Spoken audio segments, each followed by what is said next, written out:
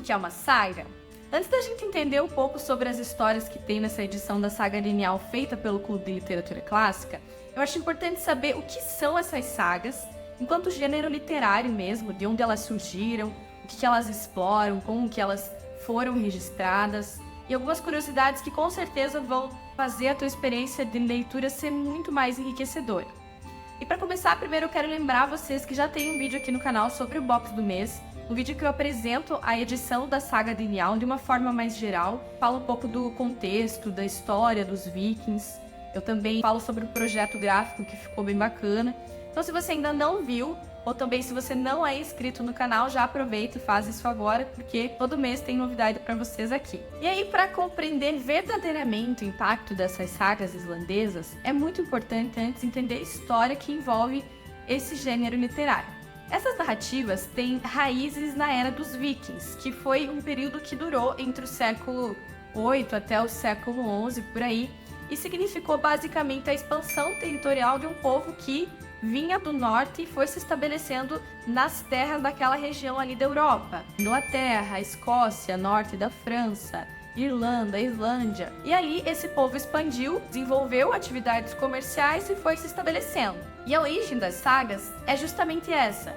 É a narrativa como se fosse testemunhal mesmo da história dos antigos povos escandinavos, das primeiras viagens dos vikings, da colonização da Islândia e todos os conflitos sociais e familiares.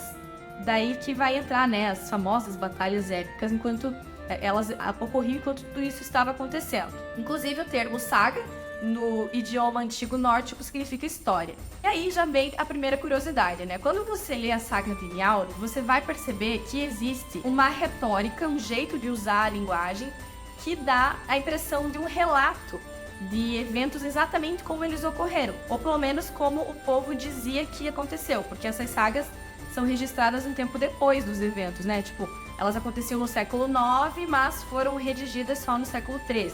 E essa impressão, ela se justifica porque essas sagas são escritas a partir da tradição oral islandesa, ou seja, as sagas, elas são uma narrativa literária que foi passada pelas pessoas, pela linhagem familiar. Até por isso que, se você for olhar no livro, você vai ver que não tem nenhum autor, porque é uma obra de autoria desconhecida. E aproveitando esse assunto, eu acho legal dizer também que as sagas são um tipo de memorial cultural dos islandeses. Existe uma relevância dessa produção literária para esse povo, porque são registros que ajudaram a construir a identidade deles. Tanto que hoje já na escola eles são educados para conhecer a Saga Lineal, por exemplo. Ela já é lida a partir da 6ª série, algo nesse sentido.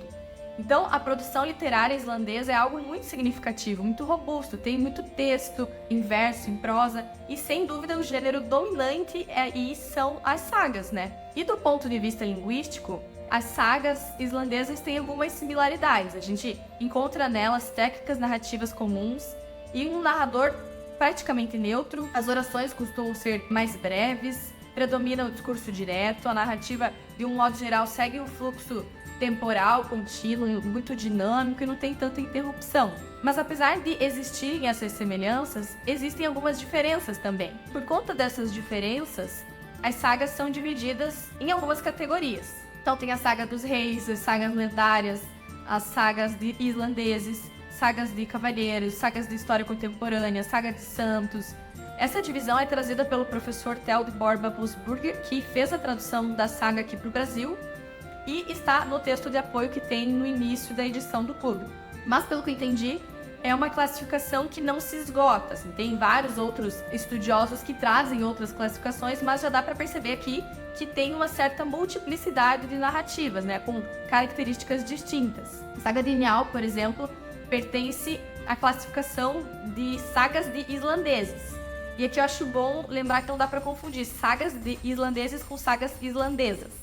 As sagas de islandeses é como se fosse um subgênero, com algumas peculiaridades, tanto na narrativa quanto na temática, e é um subgênero pertencente às sagas islandesas de uma forma mais geral. E o que dá para concluir disso tudo é que todas podem ser entendidas como narrativas em prosa, sobre eventos passados, registrados tempos depois.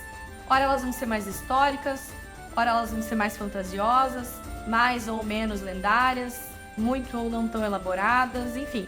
Tem muita coisa que dá pra falar sobre esse mundo fascinante das sagas islandesas.